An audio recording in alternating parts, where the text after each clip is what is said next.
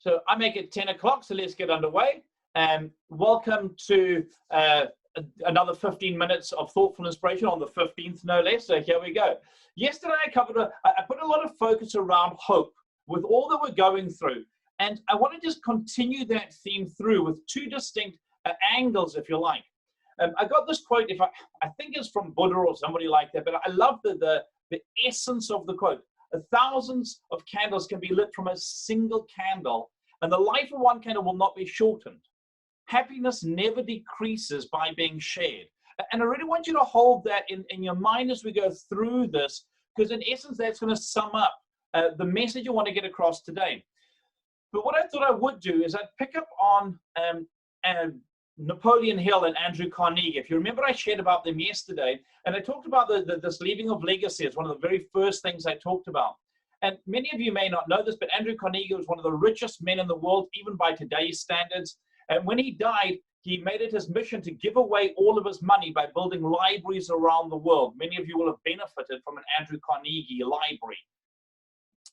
And when he commissioned Napoleon Hill to write the book on success and on wealth and on how to find a meaningful life, Napoleon Hill actually said to him that he didn't think he was fit for the job because he wasn't wealthy. In fact, he was broke at the time that Andrew Carnegie asked him to do it.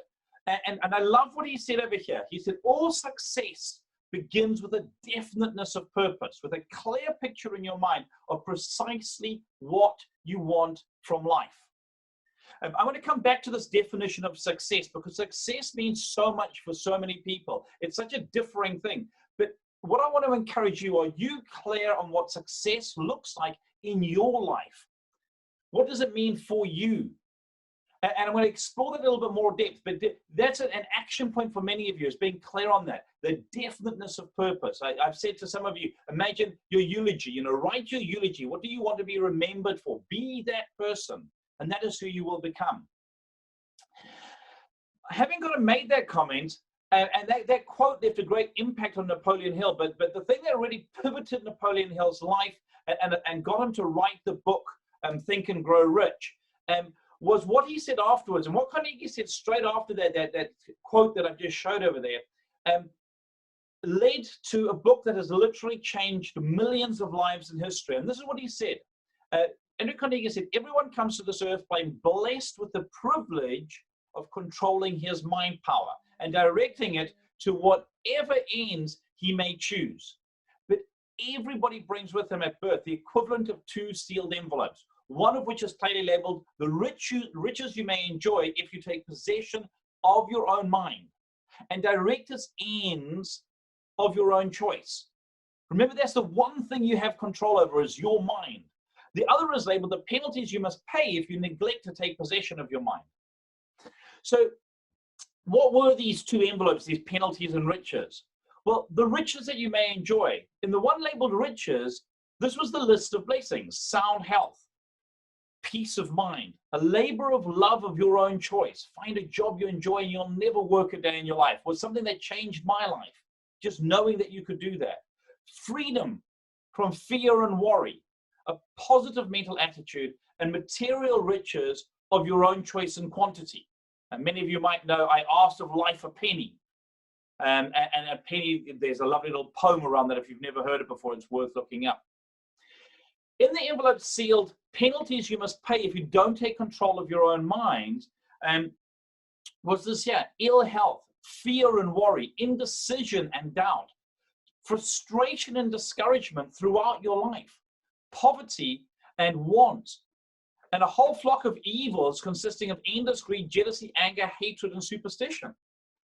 Quite severe penalties when you think about it, and all coming down to this: will you take control of your mind? Because it's the one thing that you can use to direct your life. Remember, I've said this a number of times now. Your energy flows where your focus goes. So we get to control what we focus on. Now, if you've never read the book Think and Grow Rich, I do recommend you read it. Some of you will have some time while we're in lockdown. And it is written, obviously, many years ago, so some of it's not relevant to today. But in terms of principles, it remains a fabulous book, being able to have sound principles in it. Now, I don't want to put the focus on wealth. Obviously, the book was focused on wealth, But in essence, sitting behind the financial wealth that the book talks about are life principles for a wealthy life that is not just measured in terms of finance. Okay, so this is a little quote out of the book from Napoleon Hill, and around his mission is to take what he had learned and help people open their own envelopes, the riches that were potentially waiting there for them. And he gave 3 steps. I've just put them on here very quickly. Those of you who want to download my slides and look at it later, please do so. Ideally, though, read the book. It is fabulous. So his first step was this. Actually have a clear goal, okay? Write down this clear description. For those of you who are struggling with that, write your eulogy. But think of something that you can put into concrete terms around what is it that your life, what's the meaning of your life? What's that goal that you've got? What's that deep desire that you have? And when you've written down that clear statement, then you've got to work out, well, what am I prepared to give for that? This is a very interesting concept. I will remember once reading the training schedule of Michael Phelps, the American swimmer. And he used to wake up at something like 3 o'clock in the morning and swim for 2 hours or 3 hours, and then he'd have breakfast and do exercise in the gym, and then swim for another 3 hours, and then he'd have lunch and swim for another 3 hours, and then he'd have dinner and swim for another 3 hours, and he'd go to bed and repeat the whole thing all over again. And I remember looking at that going, I don't want 8 Olympic golds that badly. I'm not prepared to do that. I'm not prepared to give what's required to get that reward. And that's what it is in your life. You see, how badly do you want something? Because when you know that, when you're prepared to say, I'm prepared to give this, I'm prepared to wake up earlier, I'm prepared to study harder, I'm prepared to work longer, whatever the case may be, what are you prepared to give for what it is that you deeply desire, what you want from your life? And then he talked about memorizing the statements of what you desire and repeating it to yourselves 12 times a day. Some people keep a little notebook in their wallet, like a business-sized cards. Lots of different ways of doing it. The reason I've gone and put this little, if you like, extract from the book in here, the underlining is mine, by the way. It says here, always end your statements with an expression of gratitude for the blessings for which you were gifted at birth. I ask not for divine providence or more riches, but more wisdom, with which to accept or use wisely the riches I received at birth in the form of power and control to direct my mind to whatever ends I desire. Gratitude. Gratitude is one of the most incredible things. Having an attitude of gratitude will miraculously and radically change your life. And it's a topic I want to explore in more depth. But with this in mind, what I wanted to do is come back to a topic I started off today with, around success. What does success look like for you? One of the very first people I ever came across when I first discovered that I could control my mind was Earl Nightingale. And he's often cited as the father of the movement that we now, the self-help movement, if you like. And he's written an essay. So this little screenshot you've got up there is an essay worth reading. It's not a very long one. And in the essay, he said this: the best definition of success I've ever found goes like this: success is the progressive realization of a worthy goal. The interesting thing with this is that success is the movement towards the goal. It's not actually the attainment of the goal. Many of you would have seen this with kids at Christmas time. They've got all this hype and excitement. It's Christmas. We're getting there, and we get there. And then if you measure the excitement levels and the enthusiasm and the energy at the beginning of the day and at the end of the day, you'd find that they've reached the goal, and suddenly that's gone. Now they need something new to focus on, something new to look forward to. And so what is your pursuit of a worthwhile goal? Do you feel you have purpose in your life, that you're moving towards something?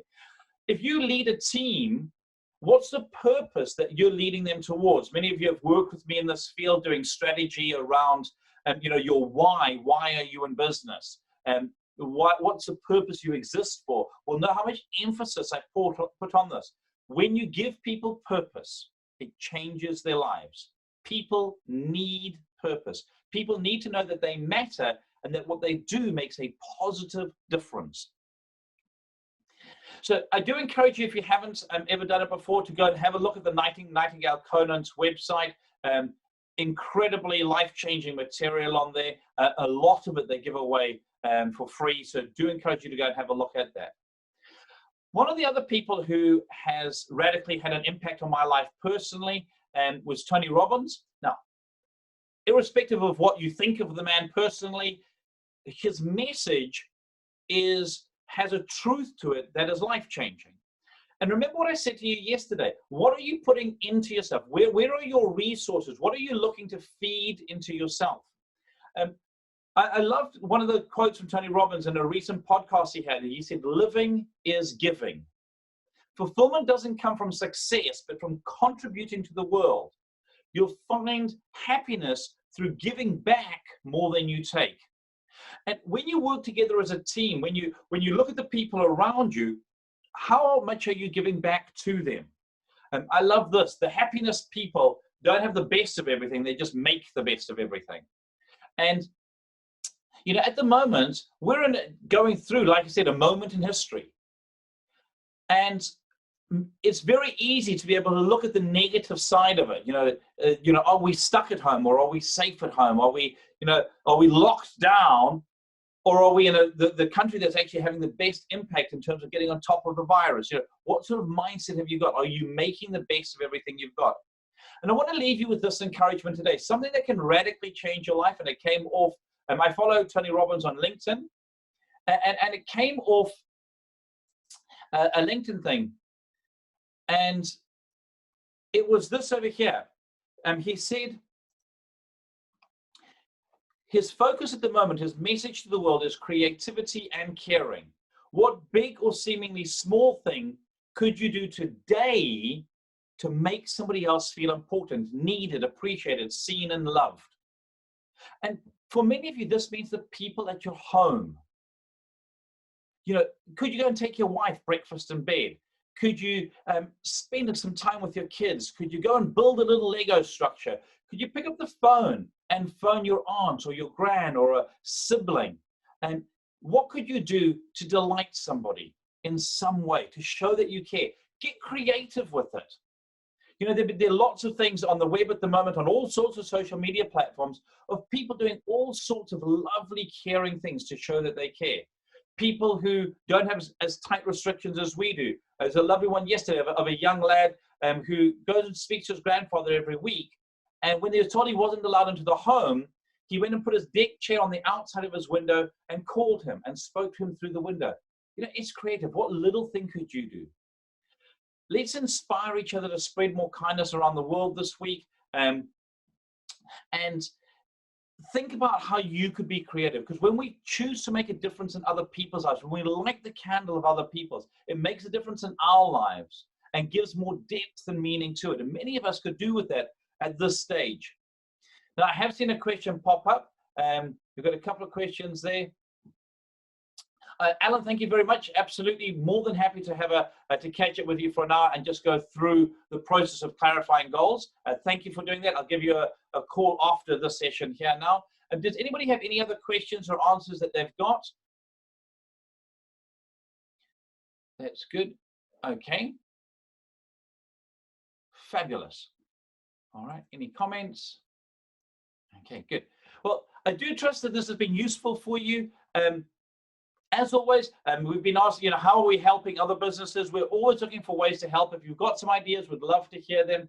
We're doing Thoughts Over Coffee, which is what you're on obviously at the moment. We do a weekly Learning Bites, a little 3-minute video. So please do feel free to jump onto that if you would like to. We've got our daily inspirational stuff that we post on LinkedIn and Facebook. And we also have blogs that we put out fairly regularly, and we've got many resources on our website. If you are on our email database, I'll be sending out a resource list for you, stuff that I found here and now that could be useful for you and your teams. There's some free sales books and stuff like that I've managed to find on the web. So do let me know. If you do want to get those, please just let us know. And obviously, I mentioned we will be doing some free training on sales next week. I'll let you know what that is tomorrow. We've just nutting that down to make sure it's going to add value to people. And as always, there's lots of resources on our website. Please feel free to email me, Mike@ThinkRight, and jump on our website if there's any other resources you want on there. There's plenty there. Thanks so much for your time today. Really do look forward to hearing from you. Thank you once again for the encouragement and the support that we've had through this. And we do hope that these have been equally encouraging and supportive for you. So have an absolutely fabulous day today, and we look forward to catching up with you tomorrow.